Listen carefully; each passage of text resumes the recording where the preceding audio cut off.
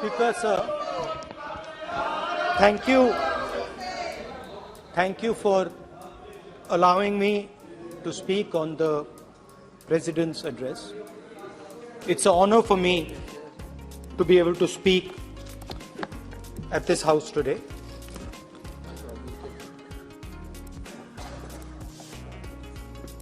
जैसे आप सबको मालूम है, पिछले 4 महीनों में हम भारत जोड़ो यात्रा कन्याकुमारी से लेकर कश्मीर तक हम पैदल चले।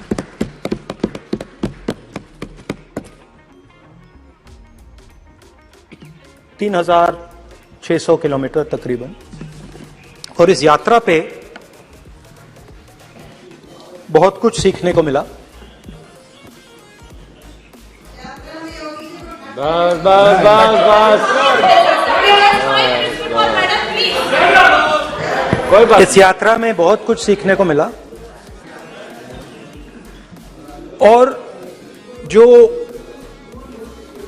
जनता की आवाज, हिंदुस्तान की आवाज है, उसको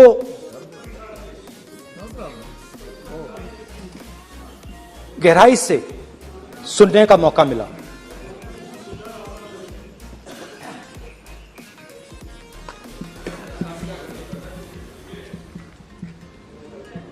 शुरुआत में, यात्रा की शुरुआत में मैंने सोचा था कि 3,500 किलोमीटर चलने हैं और मुश्किल है मगर किया जा सकता है।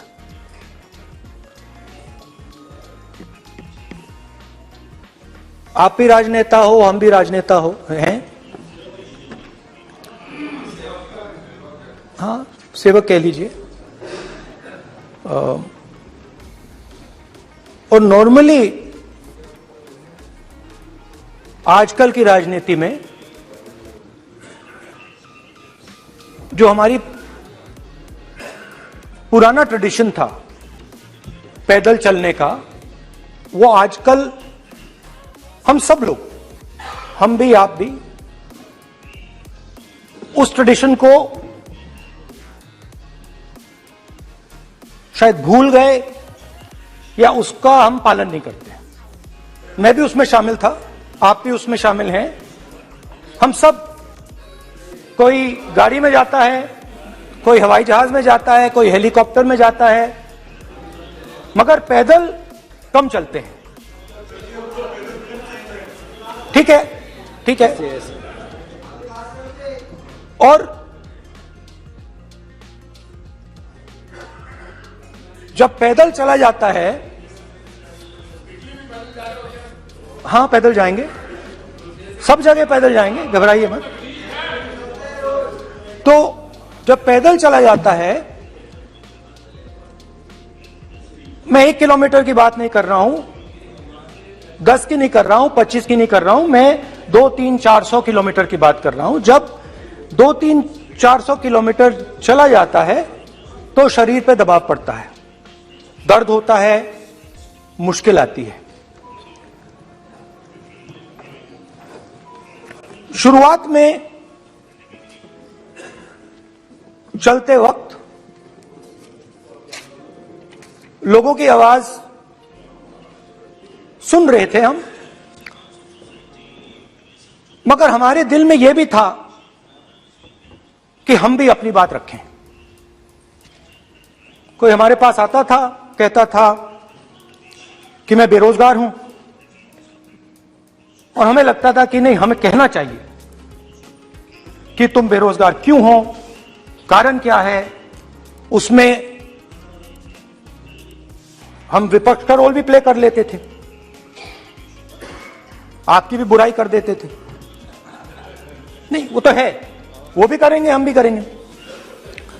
मगर थोड़ी देर चलने के बाद एक बदलाव आया, और जो हमारी आवाज थी, जो ये डिजायर था बोलने का कि भैया बेरोजगारी इसलिए है, महंगाई इसलिए है, वो बिल्कुल बंद हो गई। कि हमने इतने लोगों से बात की, मतलब हजारों लोगों से बात की, बच्चों से, बुजुर्गों से, महिलाओं से, माताओं से, बहनों से, कि थोड़ी देर बाद ये बिल्कुल आवाज बंद हो गई। और फिर हम गहराई से, और मैं खुल के कह सकता हूं, मैंने तो अपनी जिंदगी में इस प्रकार से कभी पहले सुना ही नहीं था, क्योंकि हम सब में थोड़ा सा अहंकार होता है कि हम ही बता दें, अपनी बात रख दें।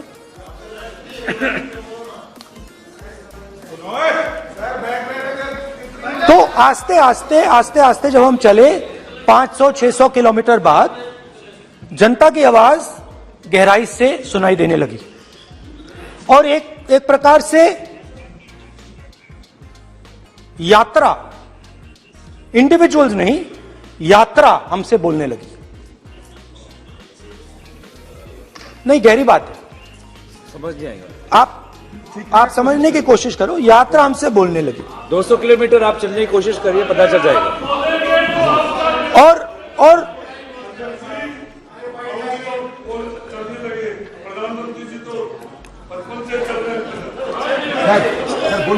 वो चाय बेचने इसलिए जाते थे भैया। तो यात्रा बोलने लगी।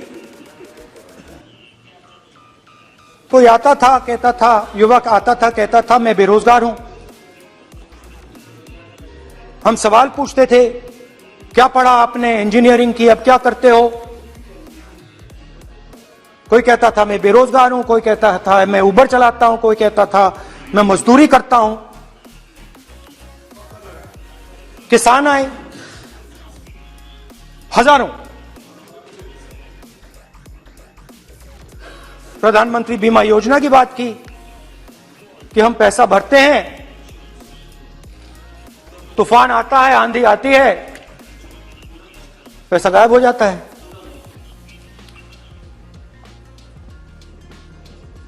किसानों ने यह भी कहा कि हमारी जमीन छीन ली जाती है, हमें सही रेट नहीं मिलता। जमीन अधिग्रहण बिल जो था वो लागू नहीं होता। आदिवासियों ने कहा, वनवासियों ने नहीं, आदिवासियों ने, कि जो ट्राइबल बिल में हमें दिया जाता था वो आज छीना जा रहा है। तो बहुत सारी चीजें हमको सुनने को मिली, मगर मेन थ्रस्ट, अगर मैं कहूं, मेन थ्रस्ट बेरोजगारी, महंगाई और किसान। उसमें एमएसपी थी, उसमें बीज की समस्या थी, किसान बिल की समस्या थी। अच्छा, अग्निवीर की भी बात की लोगों ने। आपने अभी बोला कि अग्निवीर देश को फायदा पहुंचाएगा, मगर हिंदुस्तान का युवा जो 4 बजे दौड़ता है, आर्मी में भर्ती होने के लिए दौड़ता है, वो आपकी बात से सहमत नहीं है। उनने हमसे कहा कि पहले हमें 15 साल की सर्विस मिलती थी, पेंशन मिलती थी, अब 4 साल के बाद हमें निकाल दिया जाएगा, कुछ नहीं मिलेगा, पेंशन नहीं मिलेगी।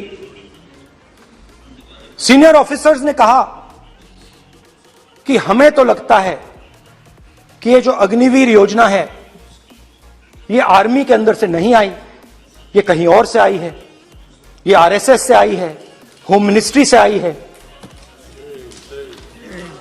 ये सीनियर आर्मी के लोगों ने कहा है, मैं नहीं कह रहा हूं, कि हमें लगता है कि ये आर्मी के ऊपर ये योजना थोपी गई है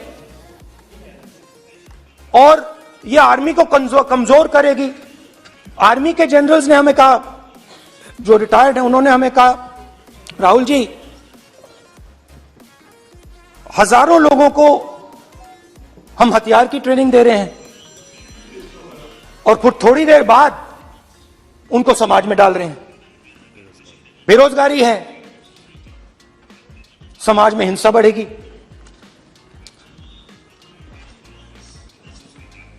तो उनके मन में था कि ये जो अग्निवीर योजना जो है, ये आर्मी के अंदर से नहीं आई है। और मुझे नाम भी बताया कि अजीत डोभाल जी ने ये योजना आर्मी पे थोपी है। क्यों नहीं ले सकते? क्यों नहीं ले सकते? बिल्कुल ले सकते हैं, पार्लियामेंट में थोड़ी है वो।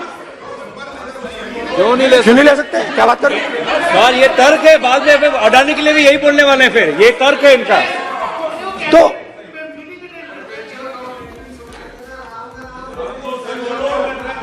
इंटरेस्टिंग बात यह है, इंटरेस्टिंग बात यह है कि मैंने फिर प्रेसिडेंट्स एड्रेस पढ़ा। देश के सब युवा अग्निवीर अग्निवीर अग्निवीर अग्निवीर बोल रहे हैं, कह रहे हैं कि ये आर्मी के ऊपर थोपा गया है, हमें नहीं चाहिए। आर्मी के लोग कह रहे हैं हमें नहीं चाहिए। जैसे मैंने कहा, आर्मी को लगता है कि होम मिनिस्ट्री ने इनके ऊपर थोपा है, आरएसएस ने ये उनके ऊपर थोपा है। तो ये आवाजें आ रही हैं। अब मैंने आपका बोलिए, अब बैठिए,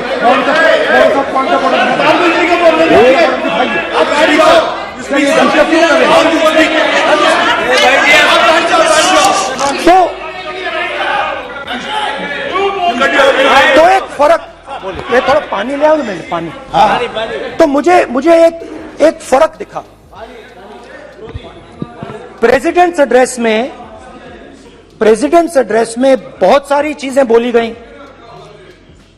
अग्निवीर के लिए एक लाइन थी, एक शब्द, एक बार अग्निवीर शब्द का प्रयोग किया गया, और वो भी अग्निवीर योजना हमने दी, उससे ज्यादा कुछ नहीं बोला। कहां से आई, कौन लाया, किसको फायदा होगा, ये नहीं बोला। बेरोजगारी शब्द ही नहीं था उसमें। आपने देखा होगा, बेरोजगारी शब्द ही नहीं था प्रेसिडेंट एड्रेस में। महंगाई शब्द ही नहीं था। तो जो यात्रा में हमें सुनने को मिला, अग्निवीर, महंगाई, किसान, बेरोजगारी, प्रेसिडेंट एड्रेस में था ही नहीं। उस पे नहीं है। तो ये मुझे थोड़ा अजीब लगा कि जनता कुछ कह रही है और प्रेसिडेंट्स एड्रेस में कुछ और सुनाई दे रहा है। अच्छा, एक और चीज हमें बताई गई। तमिलनाडु से लेकर केरला, महाराष्ट्र, मध्य प्रदेश, सब जगह एक नाम सब जगह हमें सुनने को मिला, अदानी। ये नाम पूरे हिंदुस्तान में, केरल में, तमिलनाडु में, महाराष्ट्र, कर्नाटका, हिमाचल, कश्मीर, सब जगह अदानी अदानी अदानी अदानी अदानी।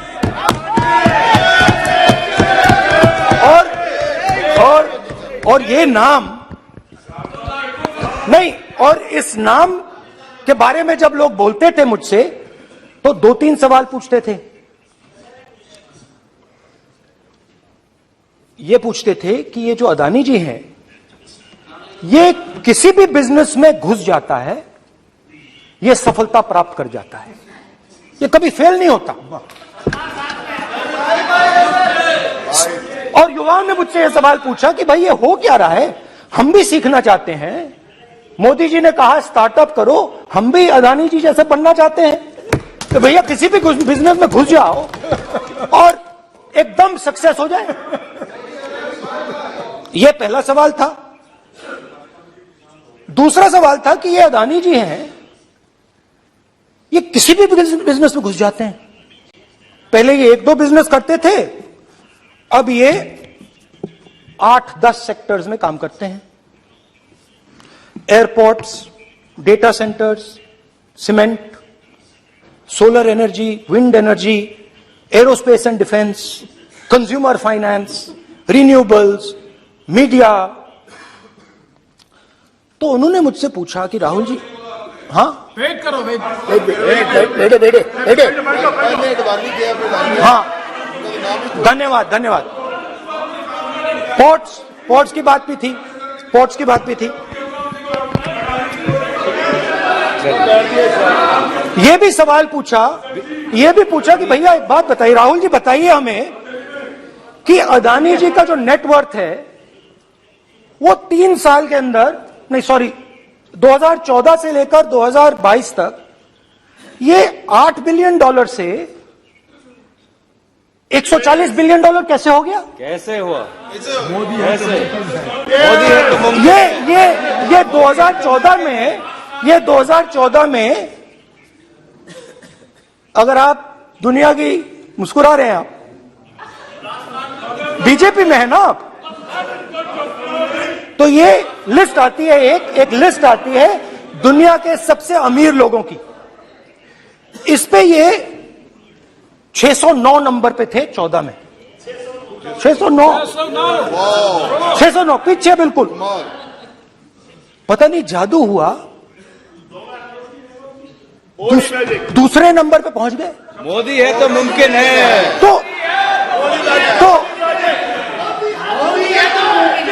तो मुझसे पूछा यार, बहुत सारे लोगों ने पूछा कि भैया राहुल जी बताइए, हिमाचल में सेब की बात होती है अदानी जी, कश्मीर में सेब की बात होती है अदानी जी, पोर्ट्स की बात होती है अदानी जी, एयरपोर्ट्स की बात होती है अदानी जी, इंफ्रास्ट्रक्चर। अच्छा, हम सड़क पे चल रहे हैं, मैं पूछूं किसने बनाई? अदानी जी। तो लोगों ने यह भी पूछा कि राहुल जी ये जो अदानी जी जो हैं, इनकी सफलता कैसे हुई? ये इतने बिजनेसेस में कैसे घुस गए? इतनी सफलता कैसे प्राप्त हुई? और सबसे जरूरी सवाल, इनका हिंदुस्तान के प्रधानमंत्री के साथ क्या रिश्ता है और कैसा रिश्ता है? देश जानना चाहता है, तो देश जानना चाहता है। ये देखिए रिश्ता, ये देख लीजिए। प्लीज पोस्टर माननीय सदस्य, पब्लिक में सर, माननीय सदस्य पोस्टर लीजिए। प्लीज, पोस्टर नहीं, पोस्टर नहीं है सर। देखिए आप बैठिए, एक मिनट बैठिए। आप पोस्टरबाजी करेंगे तो इधर नहीं, कहेंगे राजस्थान के मुख्यमंत्री का पोस्टर चिपकाएंगे। पोस्टरबाजी के लिए सदन नहीं है, आप बात करें, पोस्टरबाजी नहीं। स्पीकर सर, आप वरिष्ठ सदस्य हैं, स्पीकर सर, तो पोस्टरबाजी उचित नहीं है। स्पीकर सर, पोस्टरबाजी उचित नहीं है, प्लीज। राजस्थान के मुख्यमंत्री, ये सच्चाई है। इस picture was came into media. चलिए, पोस्टर नहीं, प्लीज। वो लिख दे दो मुझे। हाँ, जस्ट राइट इट नीटली। तो नहीं स्पीकर सर, वो फोटो है सर, वो पोस्टर नहीं है। आप वरिष्ठ सदस्य हैं, प्राइम मिनिस्टर की फोटो है सर, उसके नियम में बहुत नहीं, उनका अच्छा चेहरा सदन ने दिख रहा नियम है। बनाया है। उनके वहां पे उनके पीछे अदानी का लोगो है, अदानी जी के हवाई जहाज में घुस रहे हैं।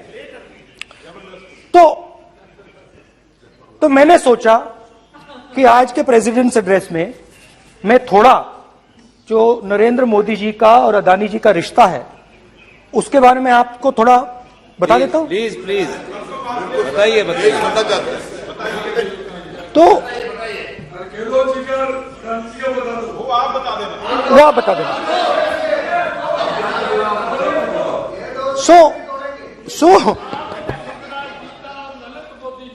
So the relationship begins many years ago when Narendra Modi ji was the Chief Minister of Gujarat. And when most of India's business was asking questions of the Prime Minister, was against the Prime Minister, one man stood shoulder to shoulder with the Prime Minister. He didn't back down. That's commendable. It's not a joke. He was loyal to the Prime Minister. And what did he do? He helped Mr. Modi construct the idea of resurgent Gujarat. Right? The idea that you bring these businessmen together, and you call it resurgent Gujarat, vibrant Gujarat, they're both. And he was the backbone in setting up that group of people. Okay? And the result of that was tremendous growth of his businesses in Gujarat. Expansion of his businesses. I think then the real magic starts. जब प्रधानमंत्री जी दिल्ली आते हैं और 2014 में असली जादू शुरू होता है। मैंने कहा कि 2014 में वो 609 नंबर पे थे, कुछ ही सालों में वो दूसरे नंबर पे पहुंच गए। कैसे पहुंचे? मैं आपको, बहुत सारी इंडस्ट्रीज में काम करते हैं, मैं आपको 2-3 इंडस्ट्रीज का उदाहरण दे देता हूं। एयरपोर्ट इंडस्ट्री की बात, एयरपोर्ट्स की बात करते हैं।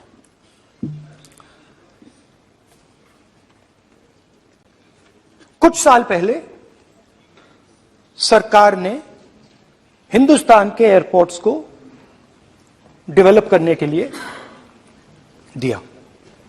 नियम था, there was a rule that anybody who does not have prior experience in airports cannot be involved in development of these airports.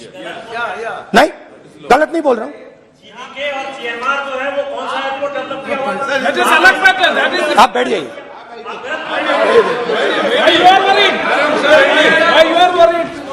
Adani के डिफेंस में आ गए सर।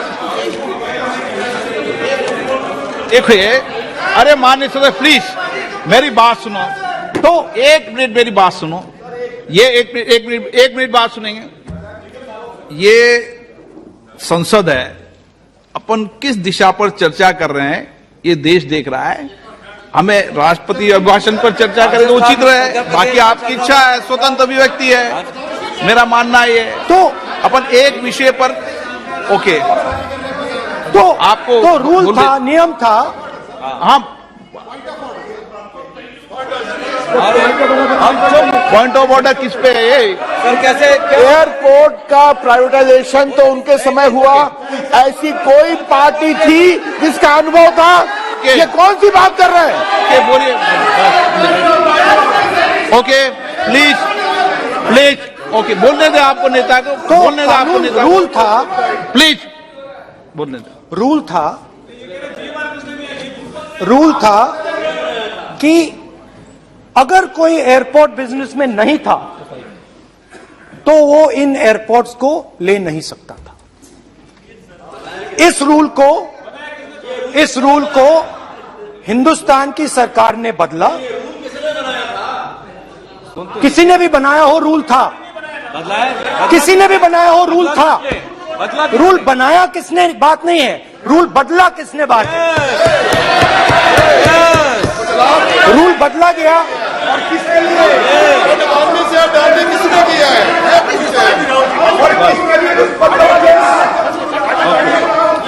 रूल बदला गया।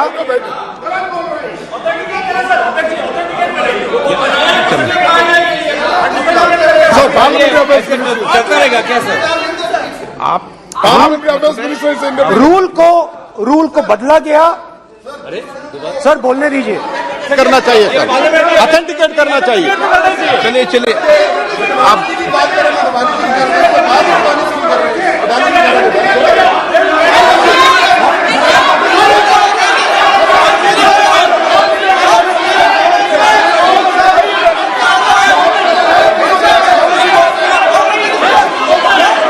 रूल बदला गया सर, स्पीकर सर।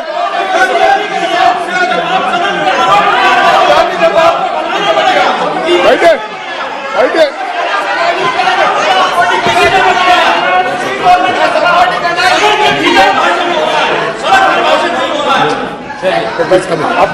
तो ये रूल बदला गया।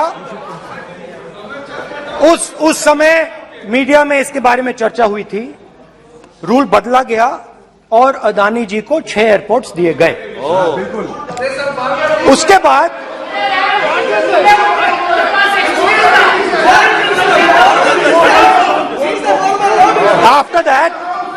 after that India's most strategic profitable airport, Mumbai airport, was taken away by GVK, hijacked by using the agencies. The agencies को CBI, ED का प्रयोग कर GVK पर दबाव डालकर हिंदुस्तान की सरकार ने उस एयरपोर्ट को अदानी जी के हाथों में कर दिया। रिजल्ट क्या आया? रिजल्ट आया कि एयरपोर्ट्स में आज अदानी जी 24% हिंदुस्तान की एयर ट्रैफिक को अपने एयरपोर्ट से निकालते हैं और 31% एयर फ्रेट उनके एयरपोर्ट्स में से निकलता है। अब यह काम हिंदुस्तान की सरकार और हिंदुस्तान के प्रधानमंत्री जी ने फैसिलिटेट किया। तो बताइए, बोलिए विधि मंत्री। और ये जो सर ये हाउस में सर ये बोल रहे तुम तो ज्ञान बांट रहे हो, बैठ जाओ। सर ये यहाँ बहुत गंभीर मिनिस्टर हैं ये देश ये राष्ट्रपति का उद्बोधन को लेकर एक गंभीर चर्चा हो रही है। जो भी मेंबर कुछ भी बात करे विद फुल रिस्पॉन्सिबिलिटी ऑथेंटिकेट करें। और ये वाइल्ड एलिगेशन अपना एक सोच के आया है, बिना तर्क के ऐसे वाइल्ड एलिगेशन लगा रहे, ये कोई मतलब नहीं है सर, ये ऐसे नहीं बोल सकते। और वो सर तर्क रखना पड़ेगा। अगर एलिगेशन लगा रहे हैं तो आपको पूरा डॉक्यूमेंट प्रूफ के साथ आपको रखना पड़ेगा। दे देंगे आप ऐसे बातें नहीं दे देंगे और ये गंभीरता को समझिए, ये डॉक्यूमेंट्री प्रूफ दे देंगे। अब आपने जो पिछले स्पीकर थे उन्होंने फॉरेन पॉलिसी की बात की, हम भी फॉरेन पॉलिसी की बात करते हैं। चलिए डिफेंस से शुरू करते हैं। बहुत ऑप्शन है, आप बताइए कहां से शुरू करें। बिजली, डिफेंस, बहुत ऑप्शन है। Defence, let us start with defence. अब डिफेंस में अदानी जी का कोई एक्सपीरियंस नहीं था, जीरो एक्सपीरियंस। कल मैंने प्रधानमंत्री को HAL में देखा। प्रधानमंत्री जी ने कहा कि गलत आरोप लगाया, मगर रियलिटी तो यह है कि HAL का जो कॉन्ट्रैक्ट था 126 हवाई जहाजों का, वो अनिल अंबानी को चला गया और अनिल अंबानी बैंकरप्ट हो गया। वहां भी फैसिलिटेशन था। अब देखिए, और ये जो फ्यूचर एंटरप्रेन्योर्स हैं, जो बिजनेस स्कूल हैं, हार्वर्ड यूनिवर्सिटी जैसे स्कूल हैं, इनको इसका केस स्टडी, इसकी केस स्टडी बनानी चाहिए, शायद बने।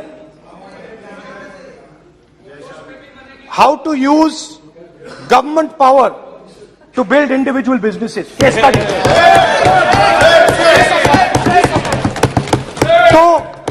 तो अब देखिए, अदानी जी की डिफेंस में इंटरेस्ट देखिए।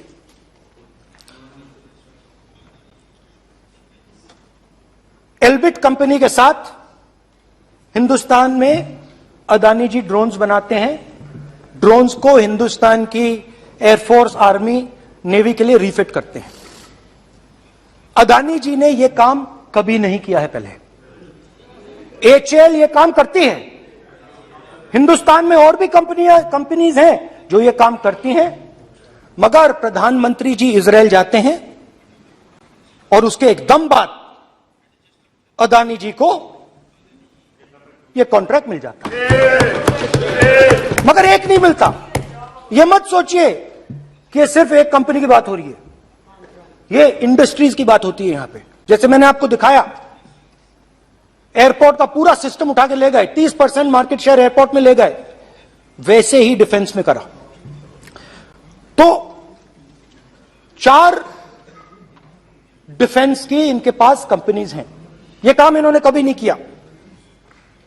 स्मॉल आर्म्स, जिसमें टावर है जो हमारी स्पेशल फोर्सेस यूज करती है, आर्मी यूज करती है, जिसमें गलील स्नाइपर राइफल है, ये सब अदानी जी बनाते हैं।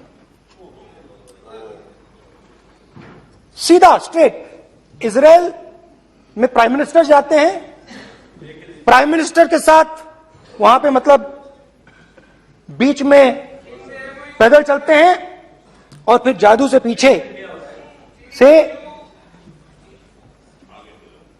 इंडिया का फर्स्ट कॉम्प्रिहेंसिव एमआरओ मिल जाता है मेंटेनेंस के लिए, जहाजों के मेंटेनेंस के लिए। स्मॉल आर्म्स का बिजनेस मिल जाता है, इजरायली जो ड्रोन्स हैं उसका बिजनेस मिल जाता है। मतलब जो हिंदुस्तान और इजराइल का डिफेंस का रिश्ता है वो पूरा का पूरा अदानी जी के हाथ में चला जाता है, खत्म कहानी।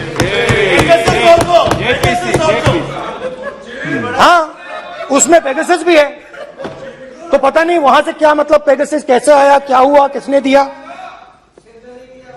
अच्छा, एक और बड़ी इंटरेस्टिंग चीज है, एक कंपनी है अल्फा डिफेंस, जो डिफेंस इलेक्ट्रॉनिक्स का काम करती है, एवियोनिक्स का काम करती है और बहुत स्ट्रेटेजिक कंपनी है, वो भी अदानी जी के हवाले कर दी गई, अदानी जी ने एक्वायर कर लिया। तो आपने देखा कि एयरपोर्ट्स का बिजनेस 30% मार्केट शेयर, हिंदुस्तान और इजराइल का जो वेपन्स का बिजनेस है 90% उठा के ले गए। एक विजिट फॉरेन पॉलिसी, ये है फॉरेन पॉलिसी। चलिए, अब मैंने आपको इजराइल की बात बताई, ऑस्ट्रेलिया चलते हैं। कोयला ऑस्ट्रेलिया चलिए। ऑस्ट्रेलिया में अदानी जी जाके, नहीं क्यों, आप तो डिबेट करना चाहते थे, आप भी तो डिबेट करना चाहते थे। आपने बोला था कोई भी विषय पे डिबेट हो तो हो गया डिबेट। अब क्यों डर रहे हो डिबेट से? अब क्यों डर रहे हो डिबेट से? क्यों डर रहे हो? जब हमने जेपीसी की मांग की, आपने बोला सदन में उठाओ। अब क्यों डर रहे हो? अब क्यों डर रहे हो?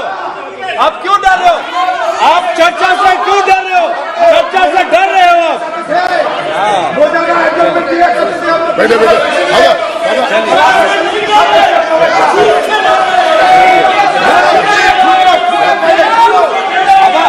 अब सुनना पड़ेगा, अब सुनना पड़ेगा, अब सुनना पड़ेगा। ऑस्ट्रेलिया जाते हैं, प्रधानमंत्री ऑस्ट्रेलिया जाते हैं।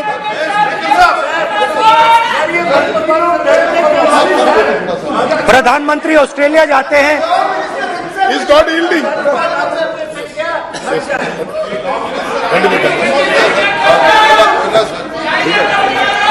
ऑस्ट्रेलिया जाते हैं। कैब नंबर बताएं। 369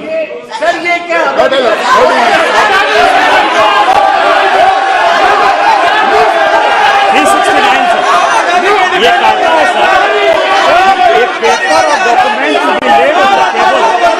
shall be duly authenticated by the member presenting। देखिए, पूरा सरकार उन्होंने सर, मैं इनको चैलेंज करता हूं कि जीएमआर और जीबीके उसको कब एयरपोर्ट का जो है संचालन का अधिकार था और कौन सा रूल है वो कोर्ट करे सर। किस रोल के आधार पर ये, इनको मैं चैलेंज करता हूं, पूरी कांग्रेस पार्टी को चैलेंज करता हूं कि जीएमआर और जीबीके को कौन सा एयरपोर्ट चलाने का लाइसेंस जब दिया तो उनको उसका नॉलेज था। मैं चैलेंज करता हूं पूरी कांग्रेस पार्टी को। जब इन्होंने बिरला को बनाने का दिया, डालमिया को बनाने का दिया, टाटा को बनाने का दिया लाइसेंस, उस वक्त उनको कौन सा मोटर चलाने का अधिकार था सर? ये गलत बयानी कर रहे हैं। मेरा ये कहना है कि आप एलिगेशन प्रधानमंत्री के ऊपर लगा रहे हैं, आप पेपर दीजिए और कौन सा रूल भारत सरकार ने चेंज किया एयरपोर्ट में अडानी के लिए, वो ऑथेंटिकेट कीजिए, नहीं तो इस तरह की बात नहीं कर सकते।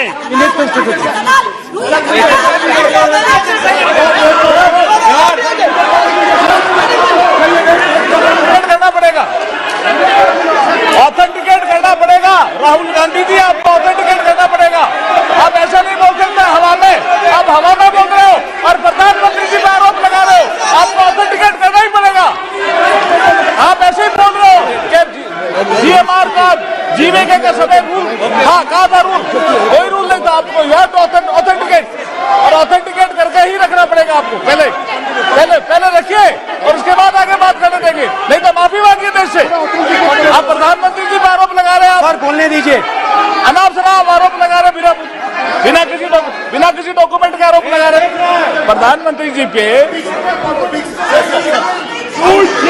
रूल 353 सर, रूल 353 किया है sir, no allegation of defamatory और incriminatory nature shall be made unless you have given notice. छोड़िए, वो तो प्रधानमंत्री के खिलाफ एलिगेशन लगा रहे हैं बिना नोटिस दिए, बिना कोई डॉक्यूमेंट दिए। सर ये रिकॉर्ड पर नहीं आना चाहिए सर, ये बिल्कुल रूल का उल्लंघन है। और क्या क्या बातें वो कह रहे हैं सर, मैं उसको रिपीट नहीं करना। Reckless allegation, baseless allegation in violation of rules, sir ये स्वीकार नहीं होना चाहिए।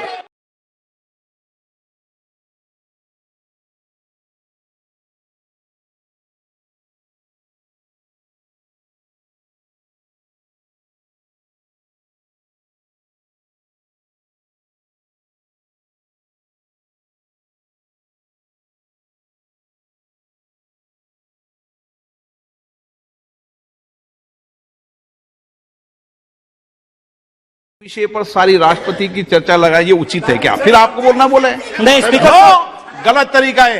राहुल गांधी जी आप बोल नहीं, गलत तरीका है। क्या देश को संदेश देना चाहते हैं आप? क्या संदेश देना चाहते हैं देश को? चले राहुल गांधी जी। ऑस्ट्रेलिया में प्रधानमंत्री जाते हैं। आप बोलिए सर, स्पीकर सर, प्रधानमंत्री जी ऑस्ट्रेलिया जाते हैं और जादू से State Bank of India $1 billion loan Adani ji को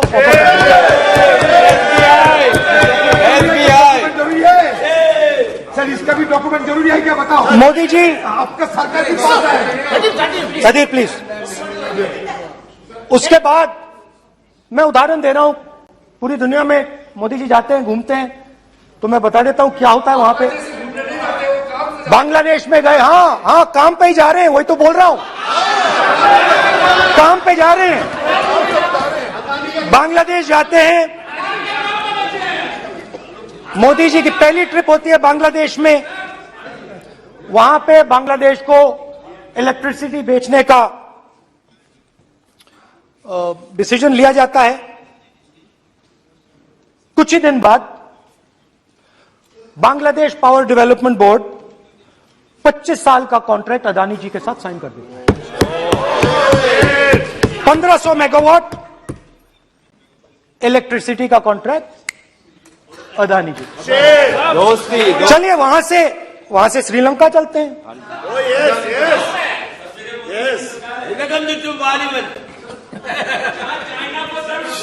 जून 2022 में Chairman of Sri Lanka's Ceylon Electricity Board, MMC Fernando, informed a parliamentary committee in Sri Lanka in open hearing that he was told by President Rajapaksa that PM Modi pressured him to give the wind power project directly to Mr. Adani.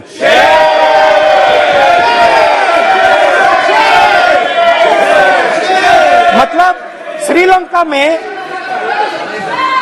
Sri Lanka electricity board के chairman कहते हैं कि उन्होंने राजापाक्सा जी ने कहा कि हिंदुस्तान के प्रधानमंत्री ने उनको कहा है कि ये विंड पावर का प्रोजेक्ट है, ये अदानी जी को देना है।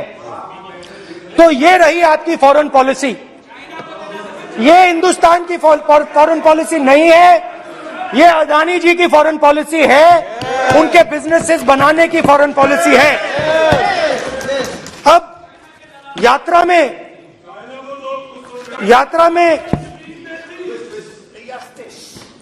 में मुझसे 2-3 और सवाल पूछे गए।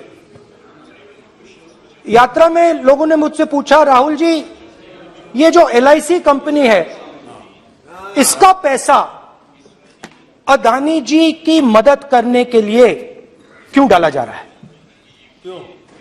उन्होंने यह भी पूछा कि अदानी जी के जो शेयर्स हैं बड़े वोलेटाइल हैं, उसमें LIC का पैसा क्यों डाला जा रहा है? तो मेरा कहना है कि एक सेकंड, मेरा कहना है कि अदानी जी की मदद प्रधानमंत्री जी और हिंदुस्तान की सरकार कैसे करती है? हजारों करोड़ रुपए हिंदुस्तान के public sector banks Adani ji को मिलता है। 27,000 करोड़ रुपए SBI, PNB 7,000 crore, bank of Baroda 5,500 crore, ये मैं लिस्ट चलती जाएगी। LIC का एक्सपोजर 36,000 करोड़ रुपए, 3 crore SBI and other PSU bank holders. Money is going to Mr. Adani and to finance.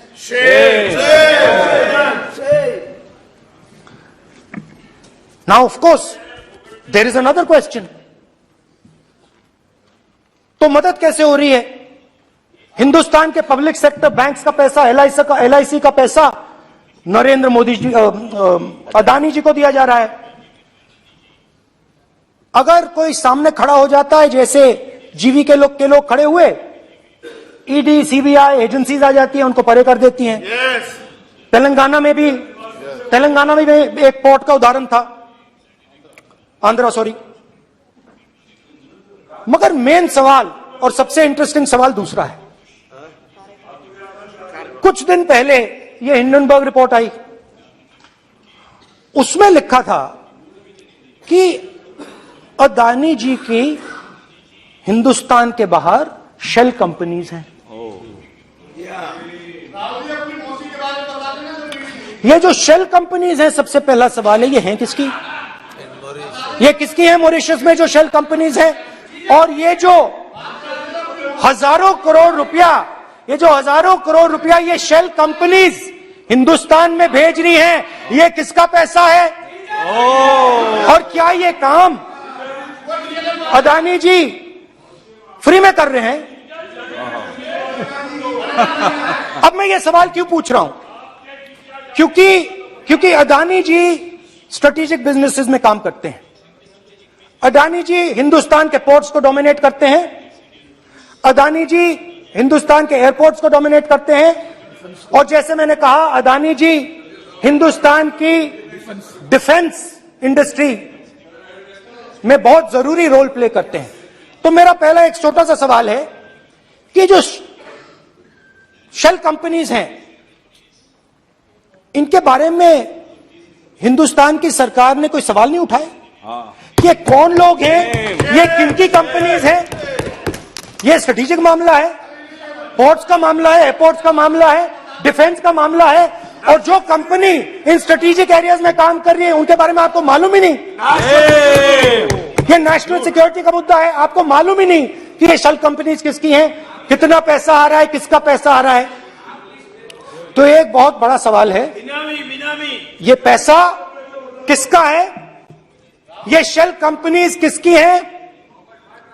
और ये हिंदुस्तान की सरकार की जिम्मेदारी है ये पता लगाना ये किसकी शेल कंपनीज है और ये किसका पैसा अंदर आ रहा है। JPC, we want JPC, we want JPC.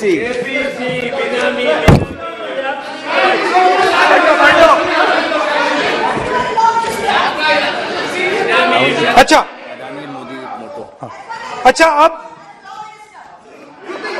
अच्छा अब चलिए छोटा सा बजट के बारे में बता देता हूं।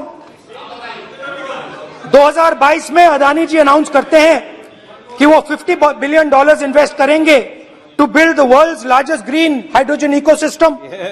और इस बजट में बीजेपी की सरकार निर्मला सीतारमण जी कहती हैं हम ग्रीन हाइड्रोजन के लिए बहुत ह्यूज इंसेंटिव्स देंगे। 19,700 करोड़ रुपए हम ग्रीन हाइड्रोजन के लिए देंगे, मतलब अदानी जी को देंगे। जुगलबंदी बजट में अदानी जी के लिए 50 नए airport, coastal shipping, horticulture, grain storage, ये सब काम आप कर रहे हैं। तो मेरे सिर्फ कल प्रधानमंत्री जी कल भाषण देंगे, मेरे उनसे 2-3 छोटे से सवाल हैं। मेरा प्रधानमंत्री जी से 2-3 सवाल हैं।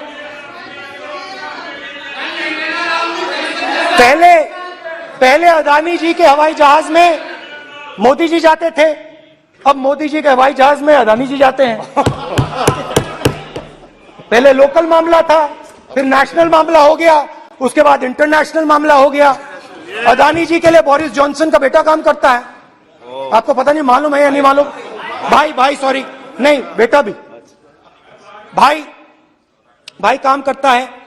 तो ये मामला पहले गुजरात का मामला था, फिर ये हिंदुस्तान का मामला हुआ, अब ये इंटरनेशनल मामला हो गया है। तो मेरा सवाल प्रधानमंत्री जी से, और सिंपल सवाल है, प्रधानमंत्री जी आपकी फॉरेन ट्रिप्स पे अदानी जी और आप कितनी बार एक साथ गए? Adani ji, how many times did you travel together with Adani ji? How many times did Adani ji join you later on a visit?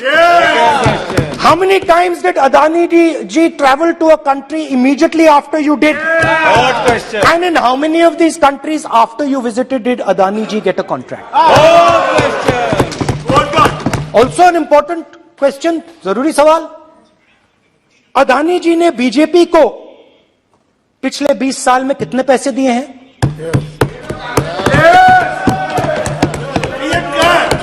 Electoral bonds में कितना पैसा दिया है?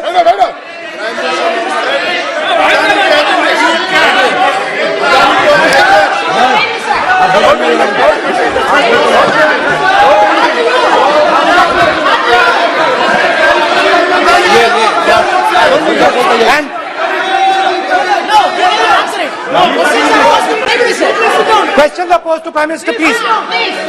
सर खत्म करने दीजिए सर। कंक्लूडिंग और बहुत सुंदर तरीके से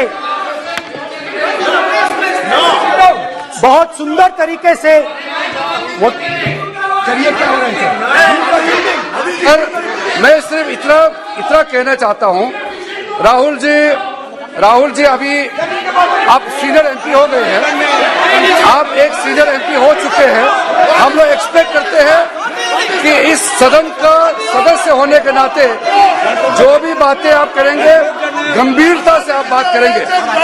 बाहर आप जो भी भाषण देते हैं हम लोग उसको रोक नहीं सकते हैं। इस सदन के अंदर में जो भी बात कही जाती है पूरा गंभीरता के साथ, प्रमाण के साथ कहे जाना चाहिए, ये परंपरा है। और राहुल जी ने कहा कि प्रधानमंत्री विदेश घूमने जाते हैं, तो मैंने आज वो जो युवाओं ने मुझसे सवाल पूछा था कि अदानी जी की इतनी बिजनेस एक्यूमेंट कहां से आई, इतने अलग अलग सेक्टर्स में अदानी जी ने कैसे सक्सेस प्राप्त की, अदानी जी के बारे में पूरी दुनिया को स्टडी करनी चाहिए, हार्वर्ड यूनिवर्सिटी को स्टडी करनी चाहिए कि पॉलिटिक्स के बीच में और बिजनेस के बीच में कैसा रिश्ता होता है।